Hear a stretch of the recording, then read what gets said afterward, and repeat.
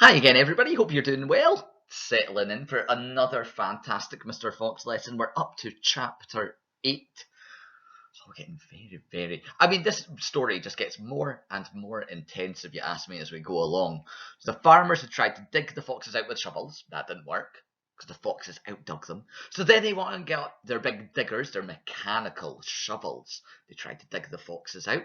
Foxes beat them again. So now Bogus, Bunce, and Bean are sat outside the hole with their guns, and they're camping there waiting for the foxes to finally get so hungry that they've got no choice but to try and get out the hole. Here we are. Not a very happy place for the foxes at the moment. So, sit back, take in this chapter, because things might be about to change.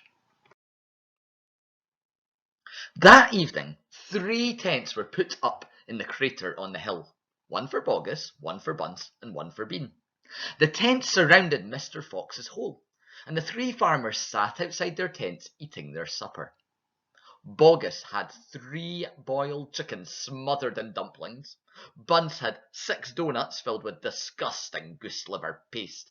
And Bean had 2 gallons of cider. All 3 of them kept their guns beside them. Bogus picked up a steaming chicken and held it close to the fox's hole. "Can you smell this, Mr. Fox?" he shouted. "Lovely tender chicken. Why don't you come and get it?" The rich scent of chicken wafted down the tunnel to where the foxes were crouching. "Oh, Dad," said one of the small foxes, "couldn't we just sneak up and snatch it out of his hands?" "Don't you dare," said Mrs. Fox. "That's just what they want you to do." "But we're so hungry," they cried. "How long will it be till we get something to eat?" Their mother didn't answer them, nor did their father. There was no answer to give. As darkness fell, Bunce and Bean switched on the powerful headlamps of the 2 tractors and shone them onto the hole. "Now," said Bean, "we'll take it in turn to keep watch. 1 watches while 2 sleep, and so on, all through the night." Bogus said, "What the foxes dig a hole right through the hill, come out on the other side? You didn't think of that one." "Of course I did," said Bean, pretending that he had. "Go on then, tell us the answer," said Bogus.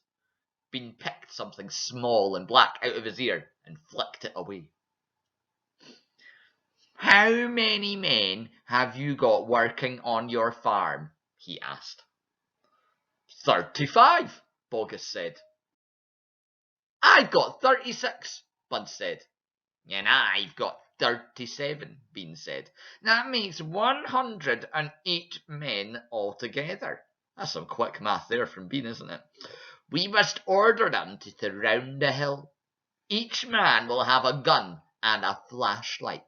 There will be no escape then for Mr. Fox." So the order went down to the farms, and that night 108 men formed a tight ring around the bottom of the hill. They were armed with sticks and guns and hatchets and pistols and all sorts of horrible weapons. This made it quite impossible for a fox, or indeed for any other animal, to escape from the hill. The next day, the watching and waiting went on. Bogus and Bunce and Bean sat upon small stools, staring at the fox's hole. They didn't talk much. They just sat there with their guns on their laps. Every so often, Mr. Fox would creep a little closer towards the mouth of the tunnel and take a sniff.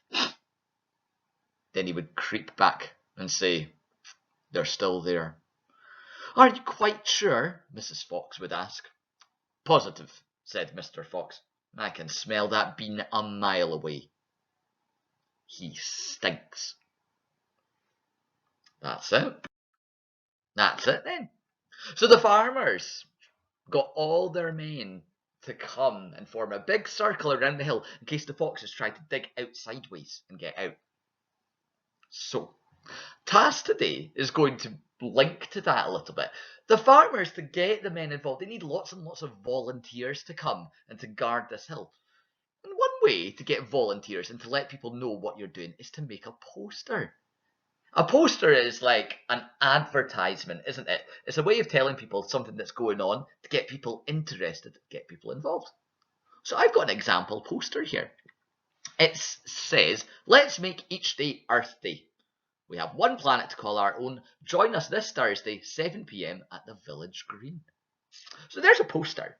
What I'd like you to do is to identify the main features of this poster. Now, a feature is like a part. So, for example, let me think very quickly. A feature of a chair. Look at this. Oh, here's my chair. It's got legs, it's got a seat, and it's got a back to it. That's the main feature. So we're looking at the main parts. So can't you look at that poster and pause the video and identify the main parts of the poster? Go for it. Pause the video, give it a go. Now, provided you've done that, provided you've paused the video and had a look for the main features, I've got 3 I've spotted. Maybe you've spotted more. I've spotted 3. The first thing, when I look at that poster, the first thing I see is an illustration. That means a drawing. I see an illustration right there.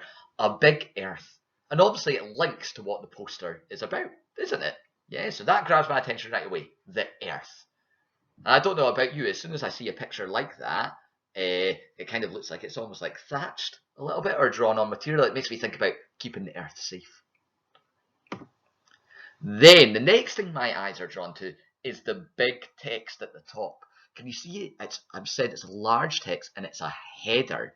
That means it's big and bold. And it's like a title. It tells us what's going on. Let's make each day Earth Day. Earth Day? Every day Earth Day? What's that about? I want to know. And then there's another feature I thought.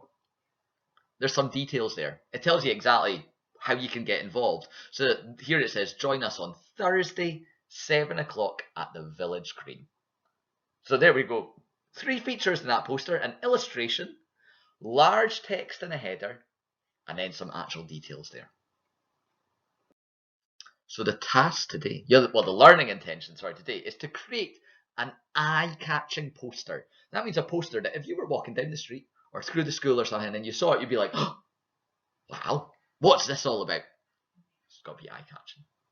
Now the task is to create a poster that the farmers can use to recruit volunteers to guard the hill. That means a poster they could put around the town, people would see it and say, right, I'm going to go and help the farmers.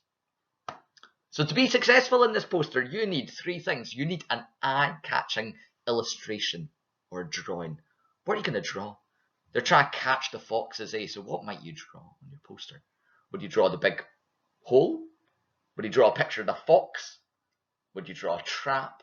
I don't know. What would you draw? Then you need large text as a header. So a big title. I don't know. It could be Catch the Fox, or Help Needed, or Save Our Farms. I don't know. Whatever it might be.